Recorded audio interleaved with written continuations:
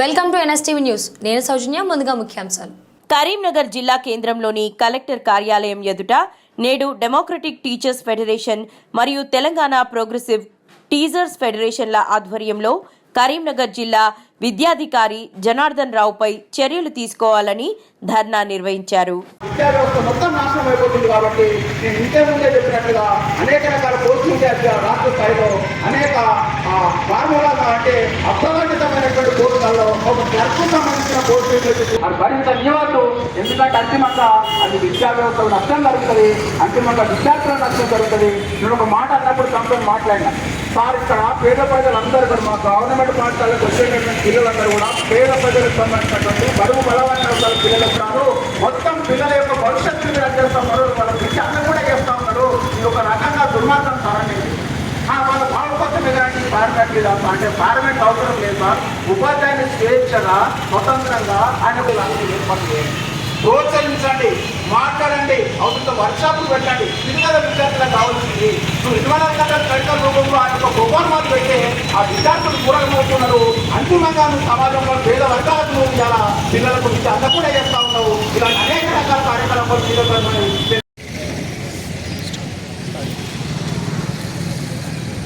కరీంనగర్ విద్యాశాఖ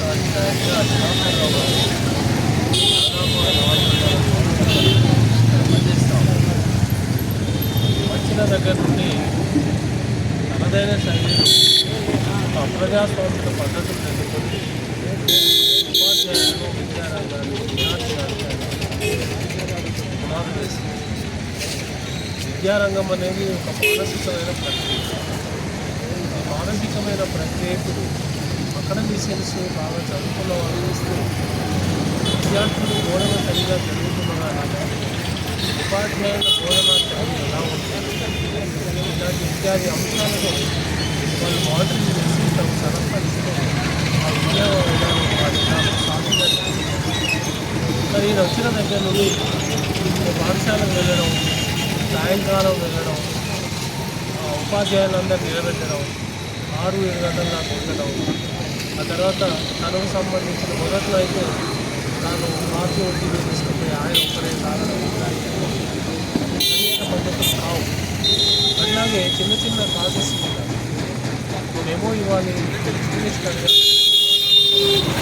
సస్పెండ్ చేయడం, సస్పెండ్ చేస్తూ పైశాచిక ఆనందం వస్తుంది.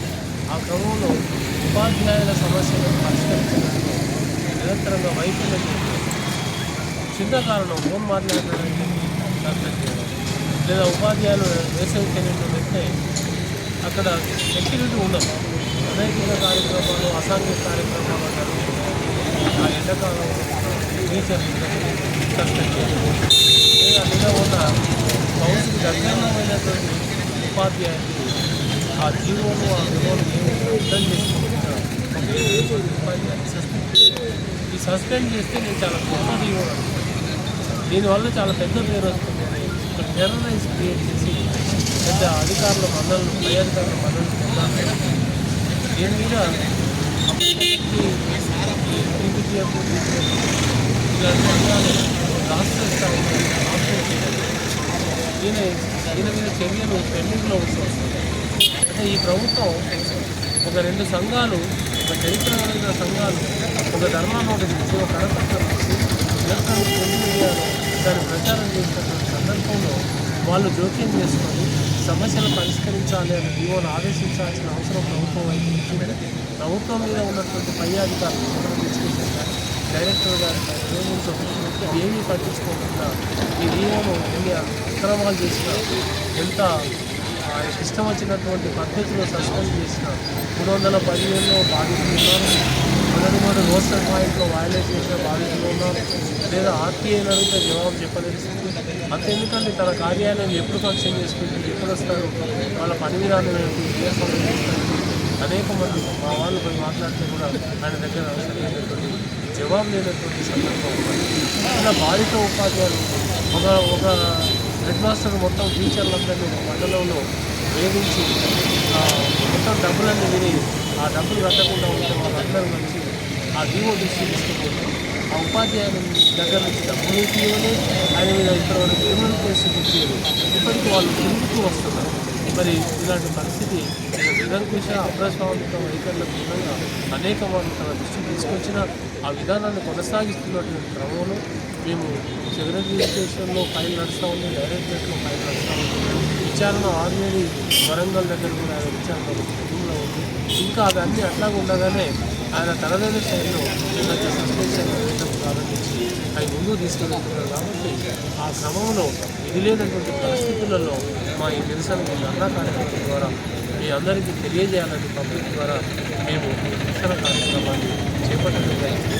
ఇది ఇంతటితో పోదు. మేము ఆయన సమస్యను పరిష్కరించకపోతే, ఆయన డీఓను రాష్ట్ర ప్రభుత్వం యొక్క సస్పెండ్ చేయకపోతే, ఆయన ఇక్కడి నుంచి బదిలీ చేయకపోతే తప్పకుండా మా మరి ఒక దశ కార్యక్రమం ఇంకా సీరియస్గా ఇంటెన్సిఫై చేస్తామని కూడా మీ ద్వారా రాష్ట్ర ప్రభుత్వాన్ని విదేశాంగ అధికారులు కోరుతా ఉన్నాను.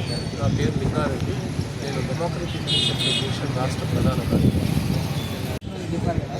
దాదాపు ఎంతమంది అన్న బాధితులు ఉన్నారు? లెక్కలేని మంది 100 మంది దాకా ఉన్నారు. ఇప్పుడు ఆయన వేధించడు, మేమో ఇప్పుడు పీరియడ్ సెటిల్ చేయడు, ఇది సస్పెండ్ చేసిన రూల్ చెప్పడు, లేదా ఆయన మెన్షన్ చేయాలి కదా. దానికి పద్ధతులు ఉన్నాయి, క్రమశిక్షణ చెల్లకు పద్ధతులు ఉంటాయి. మొదలు ఎక్స్ప్లెనేషన్ తర్వాత మేము అందరూ బాధపడుతున్నారు, ఏడుస్తూ ఉన్నారు. డైరెక్టర్ దగ్గర నుంచి ఒక హెడ్ మాస్టర్ బాధితులు డైరెక్టర్ దగ్గర నుంచి ఏడ్చినటువంటి సందర్భం. ఇలాంటి సందర్భాన్ని కూడా తాను సీరియస్గా తీసుకోవాల్సిన అవసరం ఉంది. ఆ పాఠశాల మీద ఏం చేయాలనేటువంటి తెలియదు. పాఠం ఇట్లా నడుస్తుంది, పాఠ్యాంశాలు ఏమున్నాయి, కరికులం ఇదంతా ఏది లేకుండా జిల్లా విద్యాశాఖకు కానీ ఒక ప్రథమ ప్రధానోపాధ్యాయుడిగా ఉంటాడు. అంటే ఆయన గైడెన్స్లో పనిచేయాలి. ఆయన ఎక్కడా లేని డైరెక్టర్లు సెక్రటరీ స్పీకర్ ఆదేశాలు లేనటువంటి ఒక 39 అంశాలను పెట్టి ఇలా హెడ్ మాస్టర్లను వేధిస్తున్నారు. అవన్నీ ఒకటో పీరియడ్లో మీరు అందరూ నింపి పంపాలి. అంటే మీకు ప్రామాణికం ఏంటిది? ఒక రాష్ట్రంలో ఒక విద్యాశాఖ ఉంది, ఆ విద్యాశాఖ నుంచి వచ్చినటువంటి గైడ్లైన్స్ మాత్రం ఫాలో కావాలి. అది లేకుండా ఈయన ప్రత్యేకమైనటువంటి అంశాలను పెట్టి ఒక వేదిక కార్యక్రమాలు తీసుకుంటారు. స్టార్టింగ్లో వస్తేనే ఇక్కడ ఈ జిల్లాలో ఒక వాట్సాప్ గ్రూపులన్నీ ఓపెన్ చేసి ఆ వాట్సాప్ గ్రూపులలో ఒక బ్రాహ్మణ ఇజాన్ని తన బ్రాహ్మణిజాన్ని వెలుగుచ్చుకునే క్రమంలో ఒక జాతి అంటే ఒక కులం వాళ్ళు ఈ కుక్కలు కుట్టారు, గాలిని కుట్టారు, ఈ దూరాన్ని కుడతాడు, వీడు ఇంటిని కుట్టాడు, మనిషినైతే పెద్ద ఎత్తున బ్రాహ్మణుడు అయితే ఉత్తముడు అని చెప్పి ఒక ఇన్ఫర్మేషన్ పంపడం అనేది అది రేపు చర్యలు చేయబోయే దాంట్లో రిపోర్ట్లో కూడా అది పొందుపరచబడి ఉన్నది. కరీంనగర్ జిల్లాలో మాత్రమే జరుగుతుందా, మిగతా జిల్లాలో కూడా? ఇప్పుడు తెలంగాణ రాష్ట్ర వ్యాప్తంలో చాలామంది జీవోలు ఇలా ఉన్నారు. ముఖ్యంగా మీ ద్వారా ఇంకోటి చెప్పదలుచుకుంటే ఏంటంటే 33 జిల్లాలు గత ప్రభుత్వం ఏర్పాటు చేసింది, కానీ 12 డిఓ పోస్టులు మాత్రమే ఉన్నాయి. ఇంకా 21 జిల్లాల పోస్టులు శాంక్షన్ చేయడం లేదు. ఆ జిల్లాలకు డిఓ పోస్టులు లేవు. అట్లాగే దీంట్లో 5-6 మాత్రమే రెగ్యులర్ డిఓలు పనిచేస్తున్నారు. అందరినీ కూడా క్లారికల్ నుంచి పైకి ఎదిగి వచ్చినటువంటి ఇలా అసిస్టెంట్ డైరెక్టర్ అనేటువంటి పోస్టులు ఈవెన్ వాళ్ళకు కూడా మినిమం నామ్స్ ఒక బీఈడీ ఉంటే టెంపరీగా వాళ్ళకు ఇన్ఛార్జ్ ఇవ్వమన్నారు. ఇప్పుడు బీఈడీ లేనటువంటి వాళ్ళని ఇష్టమైనటువంటి పద్ధతిలో వాళ్ళని తీసుకొస్తే వాళ్ళకి ఏమీ తెలియకుండా చాలా విచ్చలవిడిగా విద్యా వ్యవస్థ తయారవుతుంది. ముఖ్యమంత్రి గారు దీన్ని వెంటనే పట్టించుకోవాలని కూడా మొన్న ముఖ్యమంత్రి సమావేశంలో కూడా వారిని కోరడం జరిగింది. విద్యాశాఖను గాలిలో పెట్టడం అంటే పోస్టులు ఇవ్వడము, జిల్లా విద్యా క్వాలిఫైడ్ అకాడమిక్ బేస్ ఉన్నటువంటి విద్యాశాఖ అధికారులను తీసుకురావడం, డిప్యూటీఓ పోస్టులు ఇవ్వడము, ఎంఈఓ పోస్టులు శాంక్షన్ చేసి ఇవ్వడము. డైరెక్ట్లు ఖాళీ ఉన్నాయండి, బీడీ ఖాళీ కాదు. అక్కడ అకాడమిక్ ఇన్స్టిట్యూట్కి సంబంధించిన వ్యక్తులు ఉన్నారు, వాళ్ళకన్నా డిఓ పోస్టులు ఇవ్వాలి అని అంటే అక్కడ కూడా ఎవరు లేదు, అన్ని మొత్తం ఖాళీగా ఉంటాయి. ఈ పరిస్థితి ఇట్లా కొనసాగితే దీన్ని మనం ఏం చేస్తే బాగుపడాలని ఉంటుంది. నేను దాని మీద కూడా ఒక ఆందోళన కార్యక్రమాన్ని రూపొందించబోతాం. చివరిగా మీ ఫెడరేషన్ తరఫున ఏం కోరుకుంటున్నారు? చివరిగా మేము ఫెడరేషన్ తరఫున ఈ పోస్టులన్నీ కూడా నింపబడాలి, మంచి అకాడమిక్ చేస్తున్నటువంటి జీవోలను ఇవ్వాలి, ఈ అవినీతి అక్రమాలు చేసిన జీవోల మీద వెంటనే చర్యలు చేయాలి, వాళ్ళకు పనిష్మెంట్ వచ్చేటట్లుగా చేయాలని నేను రాష్ట్ర ముఖ్యమంత్రి కోరుతున్నాను. అట్లాగే మంచి ఈ జిల్లా మంత్రిని కూడా నేను కోరుతా ఉన్నాను.